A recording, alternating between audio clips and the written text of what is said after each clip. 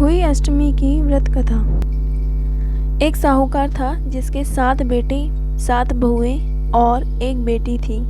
कार्तिक के महीने में दीपावली से पहले अष्टमी को अपने मकान की लिपाई पुताई करने के लिए सातों बहुएं अपनी इकलौती नंद के साथ जंगल में जाकर खदान में मिट्टी खोद रही थी। वहाँ पर साऊ की माद थी। मिट्टी खोदते समय नंद के हाथों से कुदाली साहू के बच्चों को लग गई और वह तुरंत मर गए।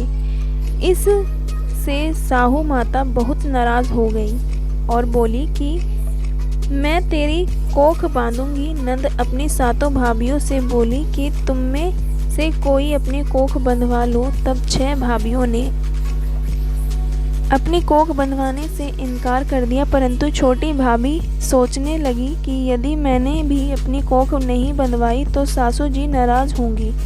यह सोचकर नंद के बदले में छोटी भाभी ने अपनी कोख बंधवा ली। इसके बाद छोटी बहू के जो बच्चा होता वह 7 दिन का होकर मर जाता। एक दिन उसने पंडित जी को बुलाकर पूछा कि मेरी संतान 7वें दिन मर जाती है, इसके लिए मैं क्या करूं? तब पंडित ने कहा कि तुम सुरही गाय की सेवा करो। सुरही गाय साहू माता की भाईली है, वह तेरी कोख खुलवा देंगी। तब ही से तेरा बच्चा जिएगा। अब वह बहुत जल्दी उठकर चुपचाप सुरही गाय के नीचे साफ सफाई कर आती। गाय एक पैर की लंगड़ी थी। गौ माता बोली कि हर रोज उठकर कौन मेरी सेवा कर रहा है, मैं आज देखूंगी। गौ माता खूब सवेरे उठी तो क्या देखती है कि साहूकार के बेटे की बहू उसके नीचे साफ सफाई कर रही है। गौ माता बोली कि क्या मांगती है? साहूकार की बहू बोली कि साहू माता तुम्हारी भाईली है और उसने मेरी कोख बांध रखी है, मेरी कोख खुलवा दो। गौ माता ने कहा अच्छा। गौ माता साहूकार की बहू को अपनी भाईली के पास लेकर चली। रास्ते में कड़ी धूप थी। वे दोनों एक पेड़ के नीचे बैठ गई। थोड़ी देर के बाद एक सांप आया। उसकी पेड़ पर गरुड़ पंखनी के बच्चे को डसने लगा। साहूकार की बहू ने सांप डाल के नीचे दबा लिया और बच्चे को बचा लिया। थोड़ी देर में गरुड़ पंखनी आई तो वह खून देखकर साहूकार की बहू को चोंच मारने लगी। साहूकार की बहू ने कहा मैंने तेरे बच्चों को नहीं मारा, बल्कि तेरे बच्चों को सांप मारने आया था। मैंने तो उससे तेरे बच्चे की रक्षा की है। यह सुनकर गरुड़ पंखनी बोली कि मांग तो क्या मांगती है? वह बोली 7 समुंदर पार साहू माता रहती है, हमें तुम उसके पास पहुंचा दो। गरुड़ पंखनी ने दोनों को अपनी पीठ पर बिठाकर साहू माता के पास पहुंचा दिया। साहू माता उनको देखकर बोली कि आ बहन, बहुत दिनों में आई है। बातें करते समय साहू माता ने भी बीच में कहा कि बहन, मेरे सिर में जुएं पड़ गई हैं।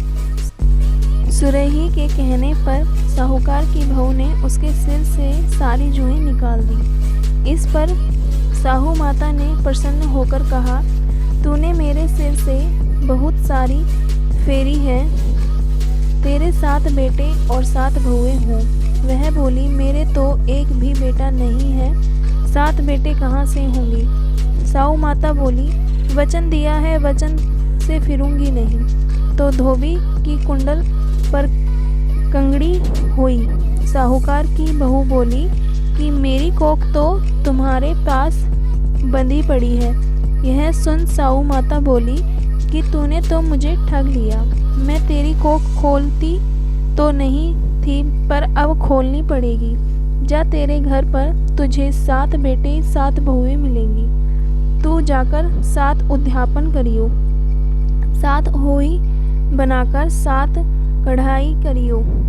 वह लौटाकर घर आ गई तो वह देखा कि 7 बेटे और बहू बैठी थी। उसने 7 होई बनाई, 7 उद्यापन किए, 7 कढ़ाई करी। शाम के समय जेठानियाँ आपस में कहने लगी कि जल्दी जल्दी धो पूजा कर लो, कहीं छोटी बच्चों का याद करके रोने लगेगी। थोड़ी देर बाद में उन्होंने अपने बच्चों को कहा अपनी चाची के घर जाकर देख आओ कि आज वह अभी तक रोई क्यों नहीं। बच्चों ने आकर कहा कि चाची तो होई बना रही है, खूब उद्यापन हो रहा है। यह सुनते ही जेठानी दौड़ी दौड़ी वहाँ आई और आकर कहने लगी कि तूने कोख कैसे खुलवाई। उसने कहा तुमने तो कोख बंधवाई नहीं थी, सो मैंने कोख बंधवा ली थी, परंतु अब साहू माता ने दया करके मेरी कोख खोल दी। हे साहू माता, जैसे साहूकार के बेटे की बहू की कोख खोली, वैसे ही हमारी और सब परिवार की बहुओं की कोख खोलती जाना। कहता कि सुनता की हुंकारा भरता की। इसके बाद विनायक जी की कहानी भी कह सुना लेते हैं। विनायक जी की कहानी। एक बार विनायक जी महाराज एक चुटकी भर चावल कुलिया भर दूध लिए फिर रहे थे। कोई मेरी खीर बना दो, कोई मेरी खीर बना दो। कोई भी ना बनावे कि इतने से दूध चावल की कहीं खीर बनती है। एक बुढ़िया माई थी, बोली ला बेटा मैं तेरी खीर बना दूँ। वह बाहर जाने लगी। विनायक महाराज जी बोले कि कहाँ जा रही है। बुढ़िया माई बोली कि बेटा बाहर बर्तन मांगने जा रही हूँ। विनायक महाराज जी बोले कि बुढ़िया माई अपने घर में जाकर देख, तेरे घर में ही बर्तन रखे हुए हैं। अंदर जाकर देखा, दूध का टोकना भरा था, चावल की परात भरी थी। चूल्हा जला करके खीर चढ़ा दी। खीर निकल रही थी। आई बहू ने कटोरी में खीर भरकर विनायक महाराज जी का किवाड़ के पीछे भोग लगाकर खीर खा ली। जब खीर बन गई, बुढ़िया माई बोली आ बेटा जीम ले। विनायक महाराज जी बोले मैंने तो खा ली। बुढ़िया माई बोली कब खाई।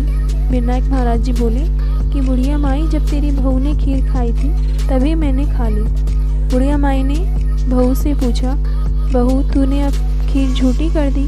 हाँ माँ जी, मुझे भूख लग रही थी और खीर निकल रही थी, मैंने विनायक महाराज जी का भोग लगा करके खीर खा ली।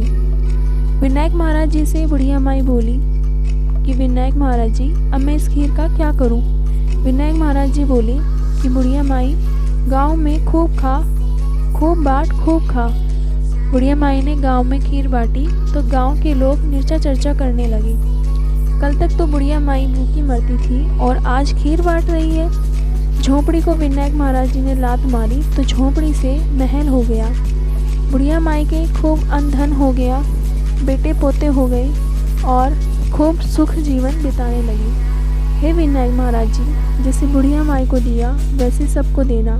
कहते ने सुनते ने हुंकारा भरते ने। बोलो विनायक महाराज जी की जय। आहोई माता की जय।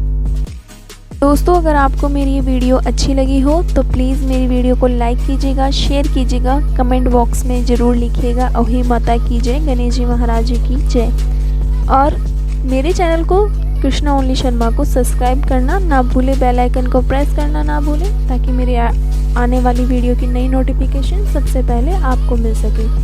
Thank you for watching. Bye bye.